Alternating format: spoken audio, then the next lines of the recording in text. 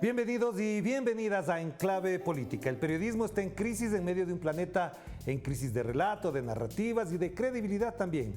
Y a pesar de la abundancia de medios, de la calidad y prestigio de muchos cronistas y reporteros, las audiencias tienen menos credibilidad en la prensa en general. Pero lo grave es que ahora la mediación parece desaparecer, pues un teléfono celular en poder de un ciudadano ya parecería un medio de comunicación o una herramienta que, por ejemplo, ha disminuido la primicia gráfica de un fotógrafo o de un reportero cuando ocurren acontecimientos de interés público. Pero también, evidentemente, hay otros temas que interesan a la ciudadanía alrededor del periodismo. Y de esto queremos conversar con uno de los más prestigiosos periodistas, cronistas y académico español, Jorge Carrión. Qué gusto tenerte acá. ¿Cómo estás?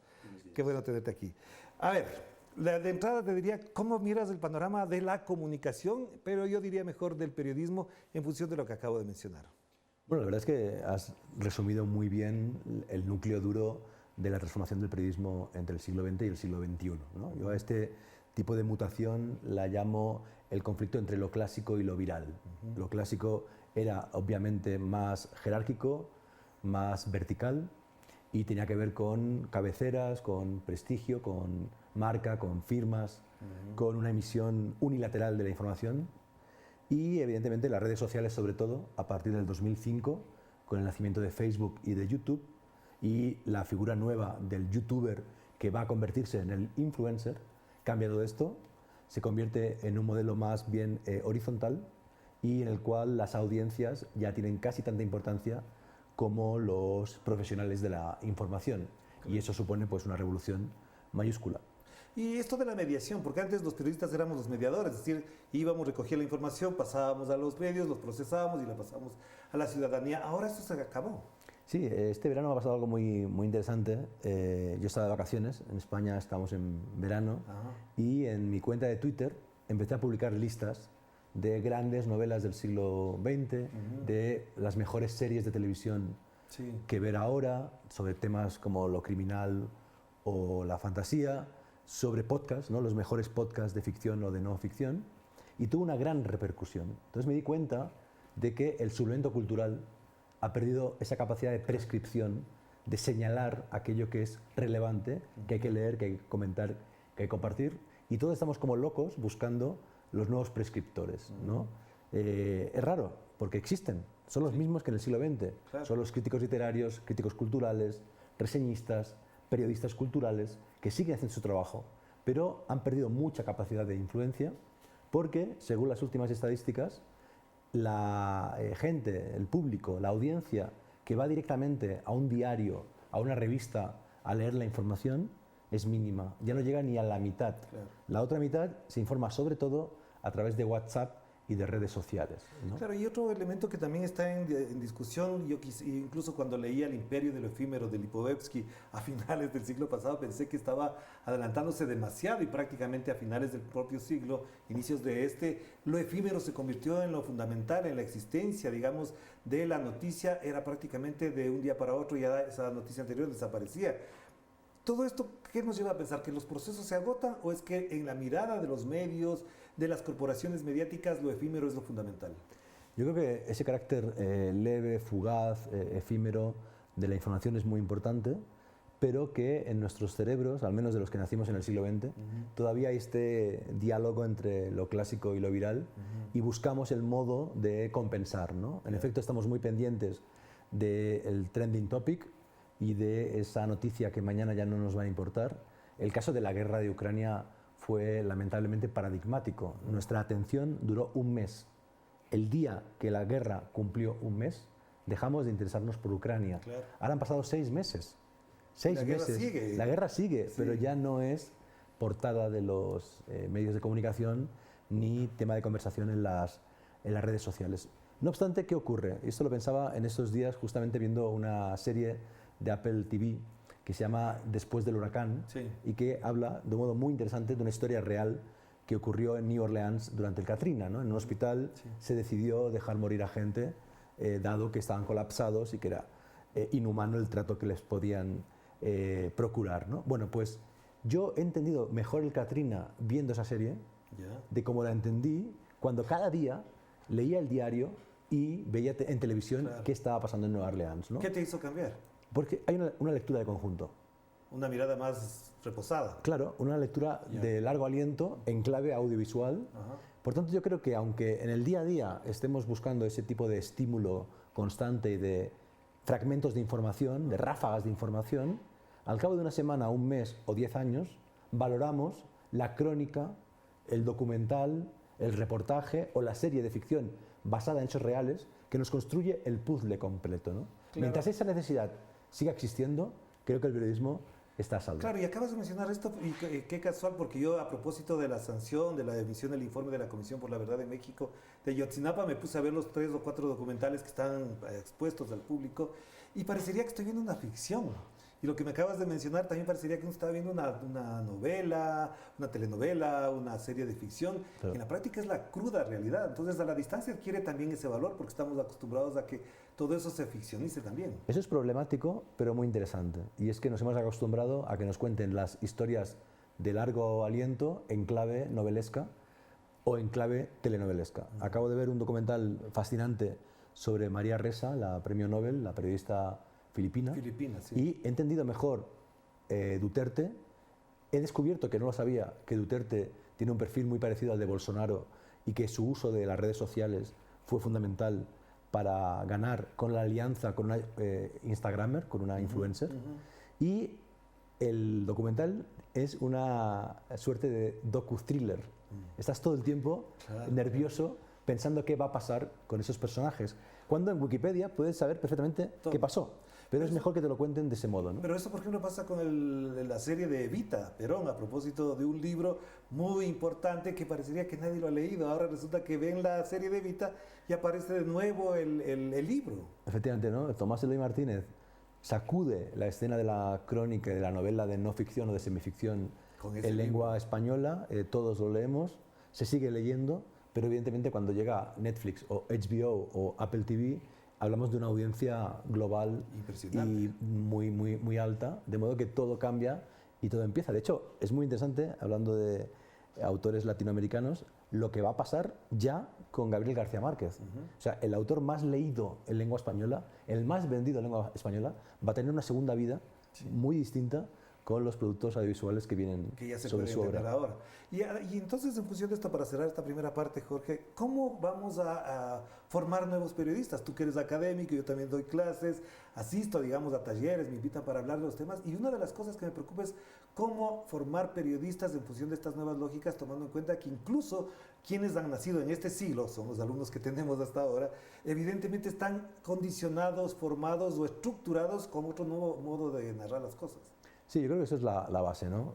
Darles una formación clásica, sólida, sistemática, que lean a Shakespeare y a Homero y a Tomás Eloy Martínez, pero que también tengan una mirada transmedia, viral, Pero ellos abierta. preferirían ver la serie. Bueno, pues que trabajen en hacer una serie.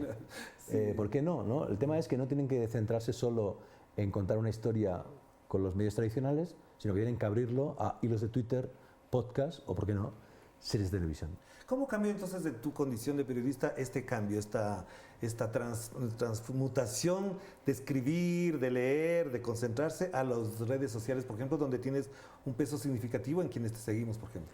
Yo diría que lo más importante que me ha pasado en los últimos 10 años es que he ampliado mi escritura literaria, ¿no? Yo escribo básicamente novela y ensayo, a todo el ámbito del guión, Claro. en el sentido más amplio, ¿no? Escribí el guión de una novela gráfica de no ficción, un reportaje sobre la gente que recoge chatarra en Barcelona, y eso me abrió una perspectiva, ¿no?, hacia el nuevo periodismo en viñetas, en cómic, dibujado, y después empecé con el podcast, con Solaris, Sí, ajá. y ahí encontré otro ámbito de experimentación y de llegada, ¿no? Porque la audiencia que ha conseguido Solaris, que inesperadamente ha llegado Sí. al 500.000 de Y descargas. seguimos esperando a ver si hay una segunda temporada. Sí. Bueno, ya acabó el proyecto, son Sí. solo 18 capítulos, Sí, por eso digo que uno piensa pero siempre en la segunda temporada. habrá otro Claro. proyecto. Esto, por ejemplo, pronto. particularmente lo del podcast Solaris, que lo seguí con mucha atención y además me motivó a otras cosas, es esta postura de mirar el presente desde un futuro, con personajes de ficción, con voz, con algoritmos, etcétera. ¿Cómo te ha ido colocando en esa esfera, tomando en cuenta que parecería que eso era solamente de expertos en informática? Bueno, pues fue muy interesante porque Solaris se contagió de esta novela, mi nueva Que novela, vamos a hablar, sí. Membrana, porque, digamos, yo ya había escrito Membrana y me pongo a escribir los guiones de Solaris y como Membrana habla de algoritmos, se me ocurrió que mi interlocutora, en vez de una periodista, una humana, una profesora, podía ser un algoritmo, una inteligencia artificial. Hay, por tanto, en Solaris, que es ensayo y es periodismo cultural, una pequeña dosis de ficción. Y ahí hay un debate muy interesante que es cuánta ficción admite el periodismo. Yo creo que más de la que pensamos. Claro. Pero eso también ha pasado, pero también va hacia lo otro, que ya con esto quiero cerrar esta primera parte. Una cosa es la ficción, pero otra cosa es la posverdad, es la fake news y todo esto que se ha ido construyendo más en el plano político. ¿De qué manera, por ejemplo, este problema que hay ahora en América Latina de la posverdad, de la política, de las fake news, pueden contaminar también el trabajo periodístico? Lo hace constantemente porque nos cuesta cada vez más chequear la información, ¿no? Yo creo que la gran tendencia del periodismo del siglo XXI, inesperada, nadie lo hubiera imaginado en el siglo XX, es que haya medios que se dediquen solo a verificar datos. Así es. Lo que el fact-checking, que era una sección en la redacción una persona, del New Yorker o de un medio, ahora se convierte en un medio completo, ¿no? Y ahora viene el gran reto de la tercera década. No sé si has visto este vídeo viral de Walter White, sí, bailando a Rosalía. Sí. Es un deepfake, claro. Es una falsificación profunda, ¿no? Sí. Entonces yo creo que el periodismo tiene un gran reto ahora, que es aliarse con tecnólogos, con programadores, ingenieros, para conseguir descartar de un modo automático qué es verdad y qué es posverdad. Claro, si hagamos la pausa, volvamos enseguida con Jorge Carrión a propósito de esta novela que se presenta ahora en Ecuador, Membrana, de la cual vamos a hablar con él, por supuesto, para que nos interese más en lo que hace periodísticamente, pero sobre todo literariamente. Vamos a la pausa.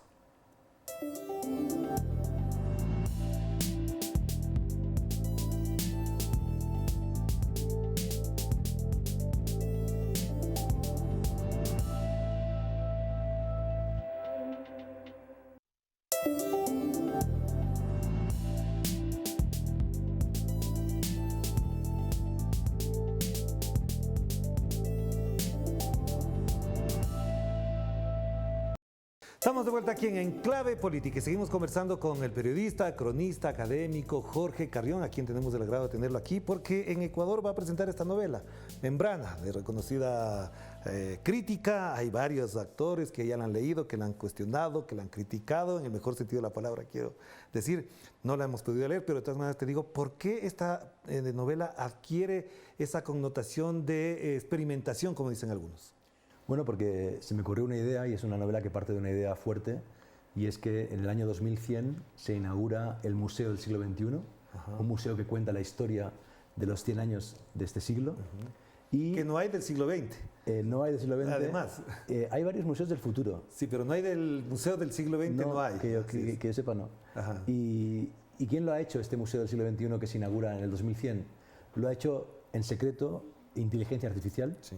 Y Membrana es una novela, evidentemente, pero también es el catálogo de la exposición permanente del Museo del Siglo XXI que ha sido escrito por una inteligencia artificial. O sea, el reto fue escribir una novela no con mi estilo, no con mi voz, sino como si fuera un algoritmo el que te contara qué ha pasado desde 2000 hasta 2100. Pero es lo que está pasando prácticamente ya, que hay voces de robots.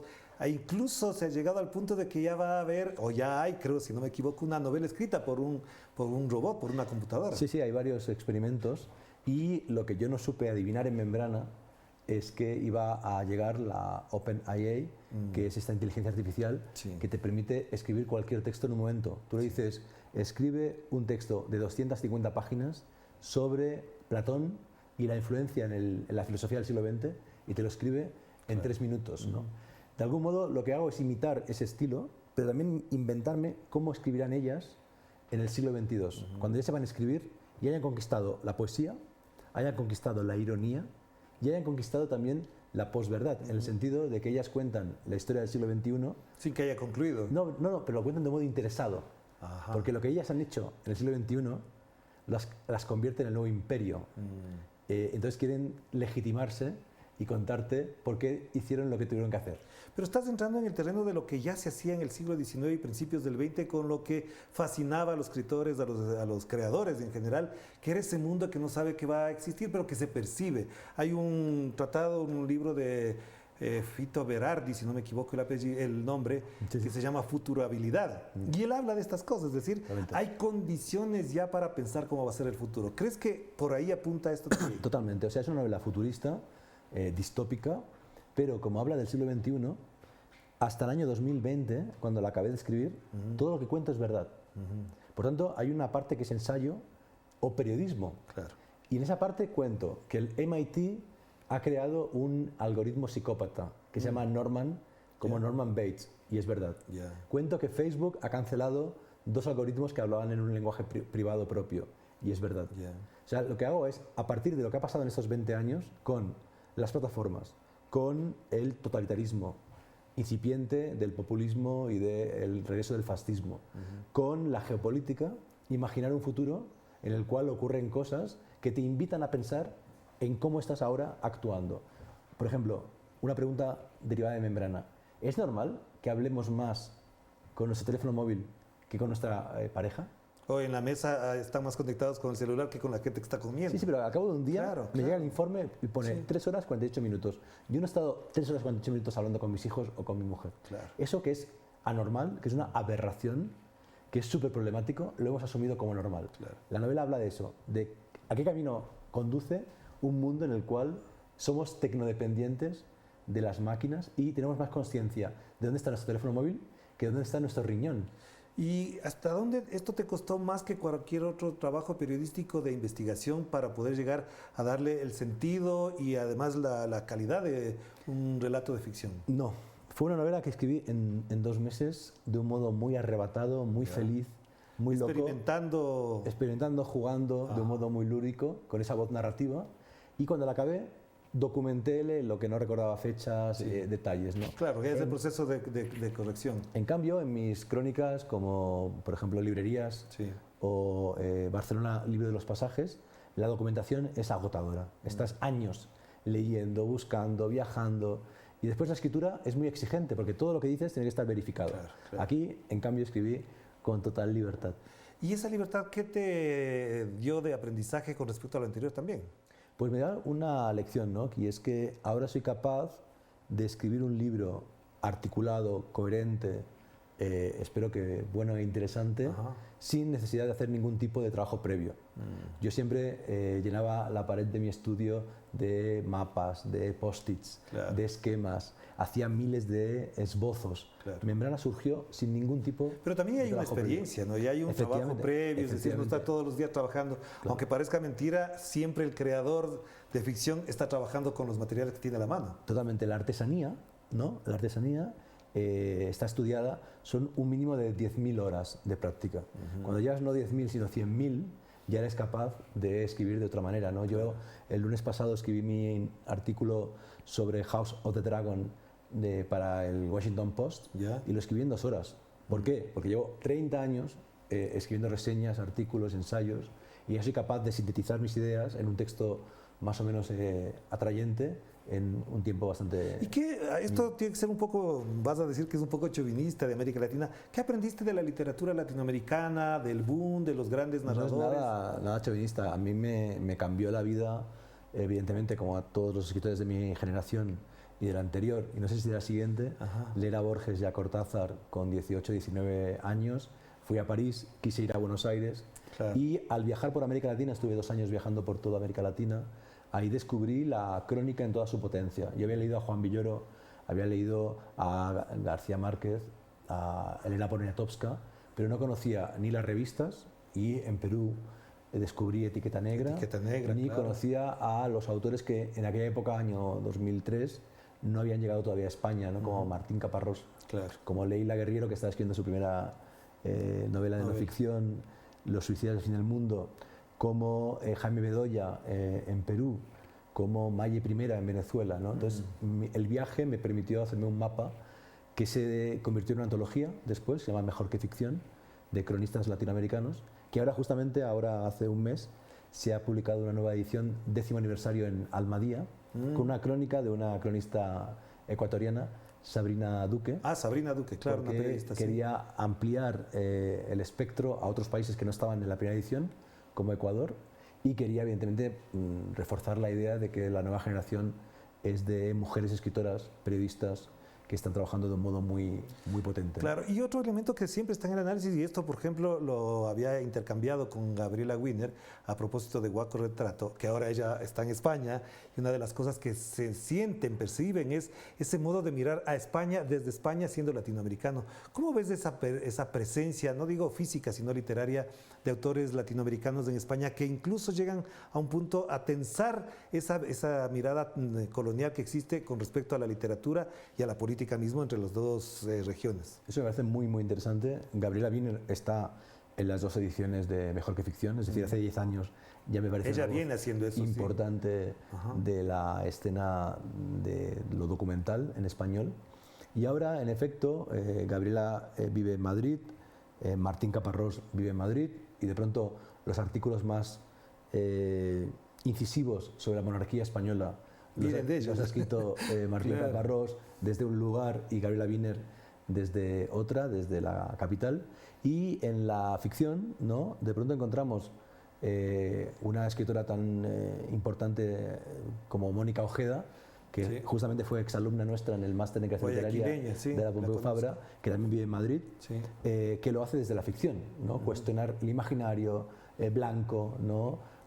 Cuestionar la figura de metrópolis colonial de España y su relación con América Latina desde no el periodismo, sino desde la ficción o desde incluso la poesía, ¿no? Claro. Me parece que eso es muy interesante y que aunque haya quienes se han radicado en España o escritores españoles que se han radicado en América Latina, que son menos.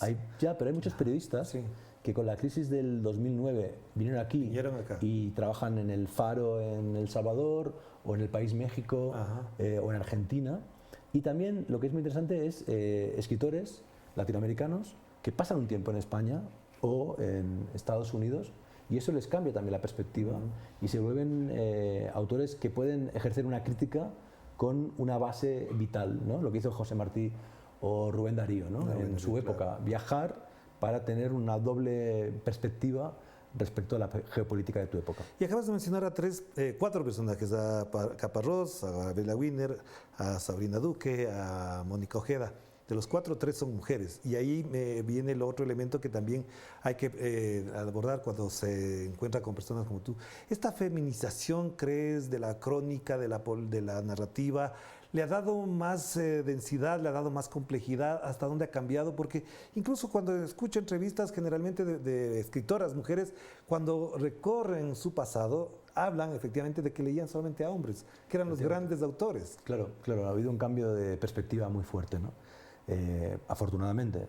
Yo en Mejor que Ficción, y eso es una autocrítica, incluí solo a 5 escritoras de 21 autores. Y ahora en la nueva edición son 5 más, son 10 autoras. Yo creo que todos hemos hecho ese trabajo de leer sistemáticamente a escritoras que hayamos, digamos, soslayado.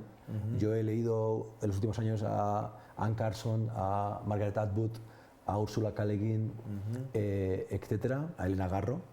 Y eso lo ha hecho también las escritoras. Y ha sido un camino que hemos recorrido conjuntamente, ¿no?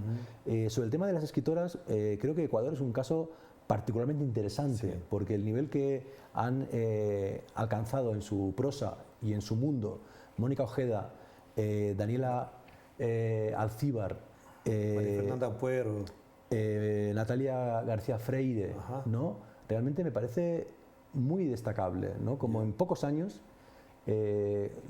buena parte de la mejor literatura ecuatoriana la están escribiendo escritoras jóvenes, ¿no? Y eso se puede ver en toda América Latina, ¿no? Desde Valeria Luiselli y Guadalupe Nettel y Verónica Herbert en México hasta Mariana Enríquez, ¿no? En Argentina.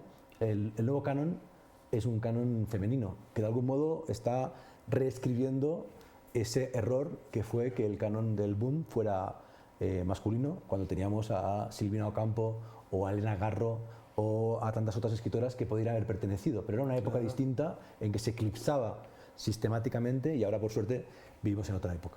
Claro, yo publiqué este año una novela que se llama La Flama del Alma y tiene que ver con que me pasé leyendo poesía femenina para entrar en ese entendimiento desde las clásicas autoras hasta las actuales, y obviamente te cambia, te pone en otra dimensión los verbos, los sustantivos, los adjetivos que utilizan, se siente, se percibe que están marcando una diferencia. A ti no sé si eso te ocurre. A mí me parece que sí que me ocurre, y lo que me ha afectado directamente, por un lado, lo que comentaba de la autocrítica, que es necesaria, por otro lado, también una suerte de paso atrás, ¿no?